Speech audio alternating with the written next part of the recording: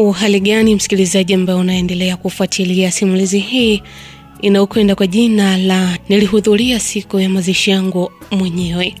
Bila shaka mzima wa afya. Na nikukaribisha tena kwa mara nyingine katika mwendelezo wa simulizi yetu sehemu ya 5. Kwa wewe ambaye umefuatilia kisa hiki kuanzia sehemu ya kwanza mpaka sehemu hii, bila shaka utakuwa umejua chanzo cha kisa hiki hadi hapa ambapo tumefikia. Anayetusimulia kisa hiki ni mwanadada anayefahamika kwa jina la Neema. Msimuliaji ni mimi Faraja Simkai. Sehemu iliyopita tulishia pale ambapo Neema baada ya kutoroka kule katika nyumba ya ajabu ambayo alikuwa amewekwa, alibahatika kuwakimbia wale watu wabaya.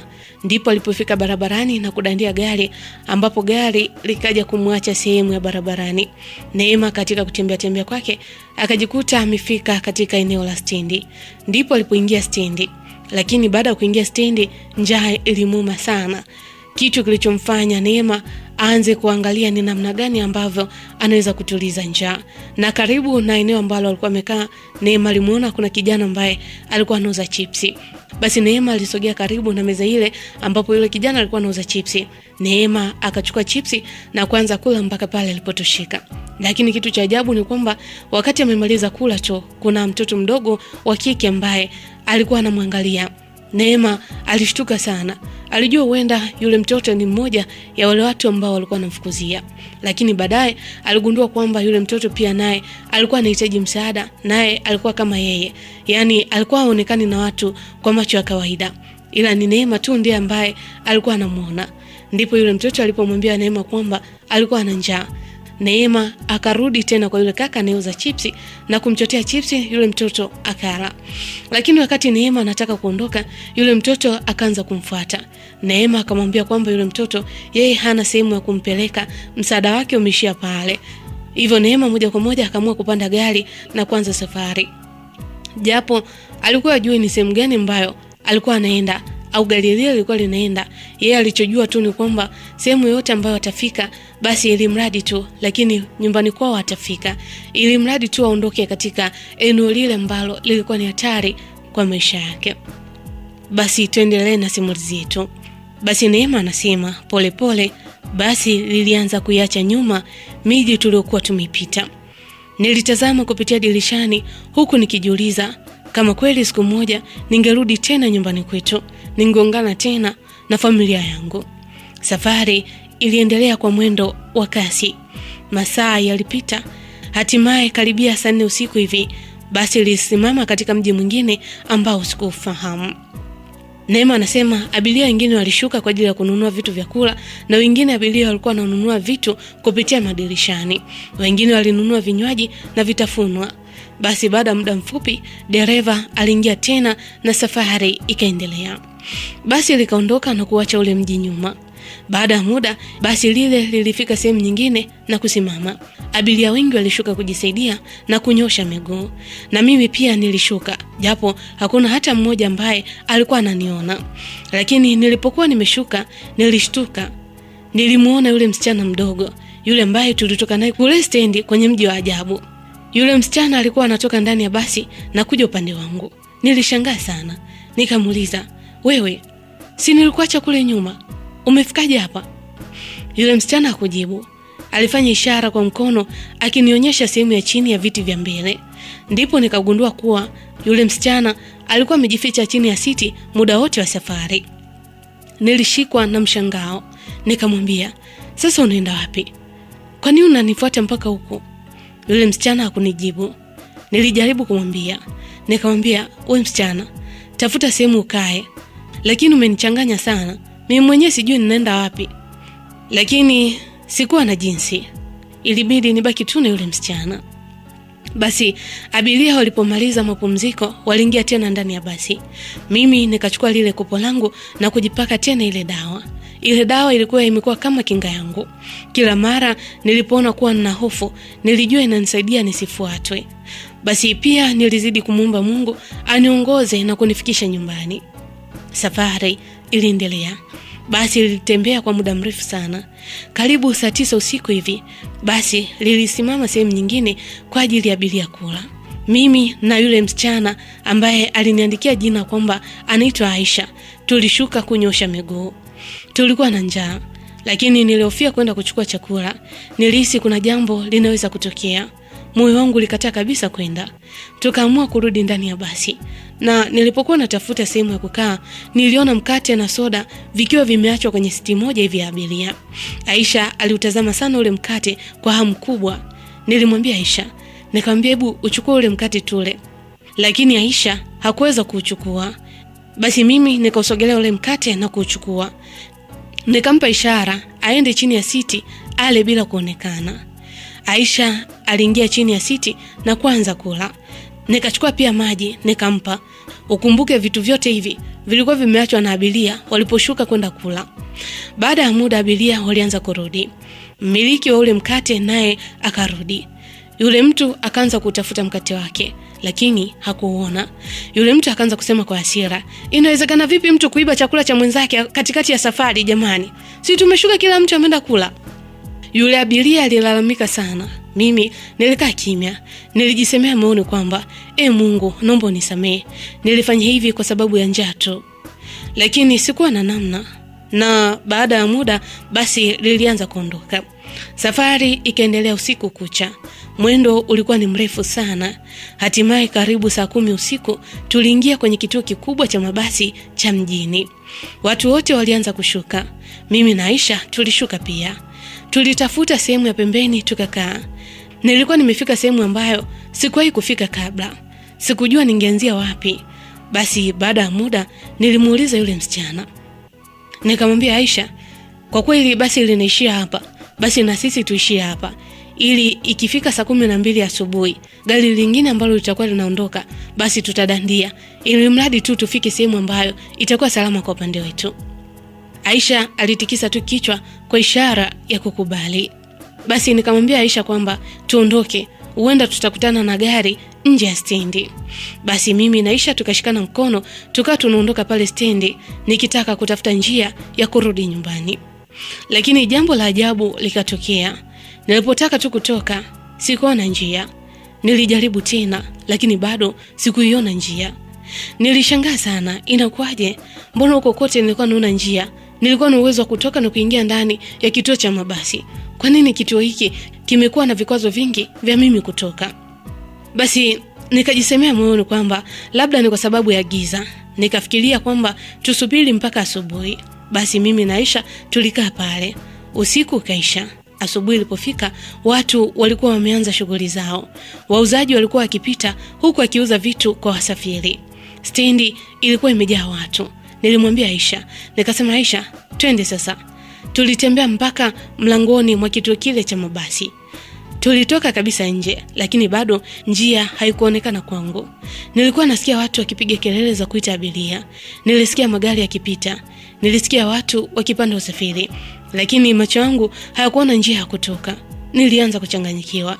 Nilijiuliza, inawezekanaje watu wanaona kila kitu, lakini mimi sioni ninapotakiwa kwenda? Nilijaribu mara nyingi, nilijaribu tena na tena, lakini ilishindikana. Hatimaye tulirudi ndani ya stendi. Kuanzia siku hiyo stendi ikawa kama sehemu ya maisha yetu. Hakuna mtu aliyetujua wala aliyetuona. Hakuna mtu aliyetugundua. Tulilala sehemu ambazo abiria walipumzika. Tulitafuta chakula pale pale stendi. Kwa wakati huu Aisha ndiye ambaye alikuwa ndugu yangu pekee ambaye alikuwa ananiona naweza nikazungumza naye, tunaweza tukabadilishana mawazo. Japo Aisha alikuwa ongei, lakini alikuwa anatumia ishara ya kuandika chini. Basi siku zikaanza kwenda. Wiki zikapita. Miezi ikaanza kupita. Mimi na Aisha tuliishi pamoja. Tulikuwa kama watu wawili waliopotea duniani. Nilijaribu kila siku kuona kama ningeweza kupata njia ya kutoka, lakini haikufanikiwa. Polepole nilianza kukata tamaa ya kurudi nyumbani. Mavazi yangu yalichakaa sana. Nilijaa vumbi. Nilikuwa nimebadilika sana kiasi kwamba hata mimi nilijishangaa pindi nilipojiangalia. Aisha naye alikuwa amekuwa rafiki yangu wa karibu. Tulisaidiana kuishi kwenye ile hali ngumu. Hatimaye siku moja ile dawa yangu ilianza kuisha. Ndani ya kopo ilibaki dawa chache sana. Nilijua muda ulikuwa umefika. Basi siku moja asubuhi tulikuwa tunatembea ndani ya stendi, huku nikiwa nimemshika Aisha mkono. Ghafla nilihisi kitu cha ajabu. Nilihisi kama kuna nguvu imeanza kunivuta. Yaani ilikuwa kama upepo mkali ulikuwa umeanza kuzunguka mwili wangu. Upepo ule ulikuwa kama kimbunga, lakini cha kushangaza watu waliokuwa karibu hawakuona chochote kile ambacho kilikuwa kinaendelea. Kwao kila kitu kilikuwa ni kawaida, lakini mimi nilihisi nguvu ile ikiwa inanizidi. Nilisimama nikamshika mkono wa Aisha kwa nguvu zangu zote. Sikujua nini ambacho kilikuwa kinatokea, lakini nilihisi kama maisha yangu yalikuwa yanaingia kwenye hatua nyingine tena. Bado Neema anaendelea kutueleza. Neema anasema ghafla ule upepo mkubwa ulianza kuvuma kwa nguvu zaidi. Upepo ulikuwa kama kimbunga kikubwa kilichokuwa kimechanganyikana na vumbi, majani makavu na uchafu wa kila aina. Macho yangu yalianza kufumba kwa sababu ya vumbi. Sikuweza kuona vizuri tena. Mara nikahisi mwili wangu ukianza kuvutwa juu. Nilipiga kelele kwa hofu. Aisha alikuwa amenishika kwa nguvu sana. Hakutaka kuniachia. Yaani alikuwa radhi popote ninapoenda naye aende. Basi na mimi nilimshika kwa nguvu zangu zote tusije tukaachana. Mimi na Aisha tulikuwa tumeshikana kana kwamba maisha yetu yalitegemeana. Miguu yangu ilianza kupanda juu huku kichwa kikielekea chini. Polepole tulianza kuinuliwa angani. Aisha naye alikuwa anainuliwa pamoja na mimi. Katika vurugu zile zote hakuna mwanadamu wa kawaida aliyetuona. Kwao waliona tu ni upepo mkali ukipita. Baada ya muda mfupi tulitoweka kabisa katika eneo lile. Bado Neema anaendelea kutueleza. Neema anasema ghafla ule upepo ulitupiga na kutuacha sehemu nyingine. Nilipoanguka chini nilijikuta kwenye eneo la nyumba fulani hivi ambayo sikuitambua. Nilitazama mazingira yale kwa mshangao. Akili yangu ilikuwa imechanganyikiwa. Sikuelewa nilikuwa wapi. Nilikaa kimya nikijaribu kufahamu kilichokuwa kinatokea. Lakini nilipogeuka nyuma, moyo wangu ulisimama. Nilimuona mama yangu, nilimuona baba yangu, na nilimuona pia Hamisi. Niliwaona watu wangu wa karibu kabisa. Nilitamani kukimbia niwakumbatie. Nilitamani kupiga kelele niwaambie kuwa mimi nilikuwa hai. Lakini sikuwa na uhakika kama bado angeweza kuniona. Na baada ya muda nikamwona mtu mwingine akiingia. Alikuwa ni mtaalamu wa tiba za kienyeji aliyekuwa ameitwa kusaidia. Basi mtaalamu yule alikuwa akizunguka nyumba nzima huku akimwaga dawa mbalimbali na kusema maneno ambayo sikuyafahamu. Alipokaribia upande wetu alianza kusema. Akasema, Yupo hapa. Amefika." Yule mtaalamu alikuwa akitumia kitu kama mkia wa mnyama kupulizia dawa upande wetu. Niliposikia hivyo nilishtuka. Nilianza kuamini kuwa alikuwa anatuona. Mama yangu akauliza kwa sauti ya huzuni. Akasema, "Mtaalamu, yuko wapi? Unamuona wapi? Mbona sisi hatumuoni?" Yule mzee akaendelea kusema. Akasema, "Namuona hapa, lakini hajaja peke yake. Amefuatana na mtu mwingine." Neema anasema mimi nilimtazama Aisha. Nilielewa kuwa yule mtu alikuwa anamzungumzia Aisha kwamba ndiye mtu ambaye niliambatana naye. Basi baada ya hapo yule mzee aliagiza. Akasema, "Leteni mnyama mweupe mwenye alama usoni." Na baada ya muda wakamleta. Yule mzee alifanya taratibu zake huku akiniita kwa jina nililokuwa nalo kabla ya kubadilishwa. Yule mtu akaanza kusema, "Neema Muhando, na kuita uonekane." Alirudia maneno haya mara kadhaa, kisha akaendelea na ibada yake. Baada ya muda akaanza kutumia kile alichokuwa amekiandaa na kuniombea nirudi kuonekana mbele ya watu wangu. Neema anasema nilikuwa nimesimama huku nikiendelea kulia. Nilitamani sana mama na babangu wanione. Nilitamani Hamisi anisikie. Basi baada ya muda yule mzee akauliza. Akasema, "Huyu uliokuja naye anaitwa nani?" Aisha hakuweza kuongea. Alichukua kitu na kuanza kuandika. Alipoanza kuandika, maneno yale yalionekana wazi mbele ya kila mtu. Kila mmoja aliyaona. Watu walishangaa. Mama yangu alishika mdomo kwa mshangao. Baba naye alikaa kimya. Hamisi akaanza kusema kwa sauti ya kutetemeka. Akasema, "Haiwezekani. Neema, kweli uko hapa?" Neema anasema nilipoona hivyo nilijaribu kufanya jambo lile lile alilolifanya Aisha. Nilichukua kitu na kuandika kwa nguvu zangu zote. Nikaandika, "Ndiyo Hamisi, ni mimi Neema. Nipo hapa. Mama pamoja na baba ninawaona." Mara moja maandishi yale yalionekana, kila mtu aliyasoma. Hapo ndipo kilio kilipoanza tena. Mama yangu alianza kulia kwa nguvu. Baba yangu alishindwa kujizuia. Hamisi alianguka kwa huzuni huku akilia. Mimi pia nilianza kulia. Nilikuwa karibu nao lakini sikuweza kuwagusa. Yule mzee aliendelea na alichokuwa anakifanya. Baada ya muda alionyesha watu watulie. Wote wakanyamaza. Lakini ghafla yule kiongozi wa wale watu waliokuwa wananifuatilia alitokea pamoja na mmoja wa wenzake. Yule mtu alionekana kama mtu aliyokuja kuharibu kila kitu ambacho kilikuwa kinaendelea pale. Lakini yule mzee hakutetereka. Aliendelea na kazi yake. Yule kiongozi akasema, "Sikiliza, usimrudishe huyo msichana. Tutakulipa kiasi chochote kile unachokitaka. Tutakupa pesa nyingi, lakini tunaomba turudishie mikononi mwetu." Neema anasema baada ya kusikia maneno hayo, mimi nilianza kuomba sana moyoni. Nilimwomba Mungu ampe huyo mzee moyo wa huruma. Nilijua fika kama angekubali ningepotea tena. Nilijua ningerudishwa tena kwenye yale mateso. Basi baada ya muda mrefu wa kujaribu, yule mzee alisimama, akavuta pumzi kisha akawaambia wazazi wangu, akasema, "Jamani, kazi hii sio rahisi. Kila ninapojaribu kumrudisha mtoto wenu, kuna kitu kinanizuia. Inaonekana ninahitaji msaada mwingine." Neema anasema nilivunjika moyo kwa sababu niliona kabisa yule mzee alikuwa na uwezo wa kutusaidia. Lakini kwa maneno matamu ya yule mtu mbaya ambaye alimwambia kwamba atampa kitu chochote na kiasi chochote cha pesa ambacho atakihitaji, basi yule mzee alibadili maamuzi na kutaka kutuuza. Moyo wangu ulivunjika. Nilisikia kama dunia imenigeukia tena. Mama yangu akauliza, akasema, "Lakini tumeona maandishi yake, inawezekanaje kurudi kule alikotoka?" Yule mzee akasema kwa hasira, akasema, "Kipi ambacho hamuelewi? Nimesema hivi, ili jambo ni gumu mno. Ondokeni hapa sasa hivi." Neema anasema mabadiliko ya yule mzee yalikuwa ni makubwa mno. Yule mzee alionekana kukasirika. Aliwaambia wazazi wangu pamoja na Hamisi waondoke na vitu vyao vyote walivyokuja navyo. Basi wazazi wangu waliondoka na vitu ambavyo walikuja navyo. Yule kiongozi alipita karibu na mimi na akasema, "Neema, ulikimbia ukadhani tumeshindwa kukupata. Bado hatujamalizana na wewe. Ni lazima hatima yetu itimie." Neema anasema nililia sana. Sikujua nifanye nini.